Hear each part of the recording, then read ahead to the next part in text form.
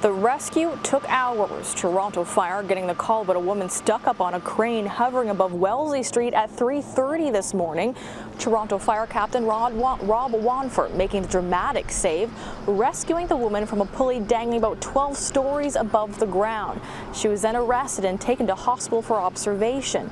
The police say she will be formally charged with 6 counts of public mischief and interfering with property, and she will be appearing in a mental health court tomorrow. So it took one specially trained firefighter to pull off that rescue, and there really couldn't have been a more steady hand to bring that woman down. Toronto Fire Captain Rob Ronfer is no stranger to heights, and we actually found out today that he's also an arborist. And on top of that, he went through about 40 hours of special ropes training over the Special Operations Center in North York, and we got a tour of that facility earlier today. 33, go ahead. We're starting or what? Well, it's a 40-hour course for technical rope rescue, which is only one of the many attributes. So a lot of the confined space, water rescue, the elements really connect each other. So it's using ropes, using carabiners, using pulleys and that type of equipment. It's also on a regular, every 3 months, we go through and use at least 1 day or 2 days to set up scenarios, run through evolution using our equipment and making sure the guys are comfortable working at heights. Right behind us there is actually a crane similar to the one that was at the centerpiece of today's rescue. That's so correct. What kind of training do you do here involving a crane like that one?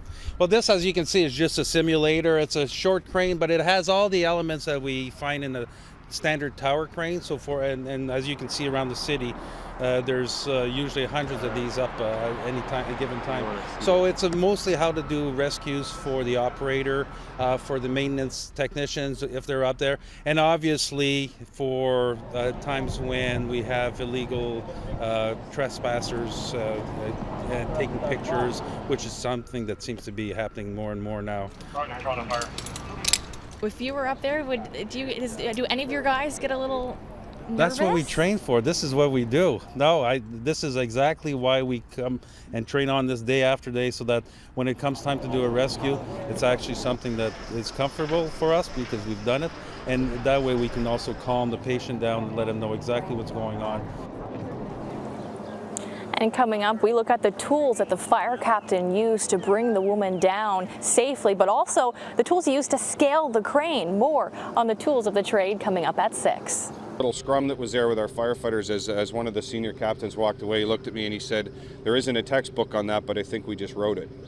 And that's, I couldn't agree more. That's something, I've never seen that before in certainly that complex, and as I've said many times, this is exactly why our women and men train like they do, and we're really fortunate to have that amount of training, and I'm a pretty proud guy today. Now, after that amazing rescue, Toronto's fire chief said that firefighter in that rescue, he rewrote the textbook on amazing high-angle rescues, and he mentioned specifically the training that his men and women go through. And every year, 200 firefighters get put through 40 hours of specialized ropes training at the Special Operations Center in North York. Now, earlier today, I got a look at the training, the tools, and the very harness that they use to pull the woman to safety. These are the lanyards that he used to climb up the structure. So any erected structures that do not have a built-in ladder or cage to facilitate the operator going up and down, which is what happened today on the jib boom. He was able to use these lanyards, and that creates a fall prevention and fall protection. So as he's climbing, there's always one contact, not only with his hands and feet, but also with one of these hooks. We carry extra carabiners, prussics, pulleys, because once you get up there, your plan may change. This is the rescue harness that we use. And you used today. That's exactly what this is the one that they used today, actually. This is just from our truck. So if I was the victim, the firefighter instructor to put her arms in through just yeah, like so this. I would, that's exactly it. So you put your arms through. But I imagine, what we just did, we're safely 2 feet firmly on the ground. How difficult would it be putting on this when you're hundreds of feet in the air on a moving base? Exactly. Well, the big thing is also how is our patient reacting to this operation. Today, from what I saw on TV, she was quite calm, so he was able to put it on and she didn't move very much.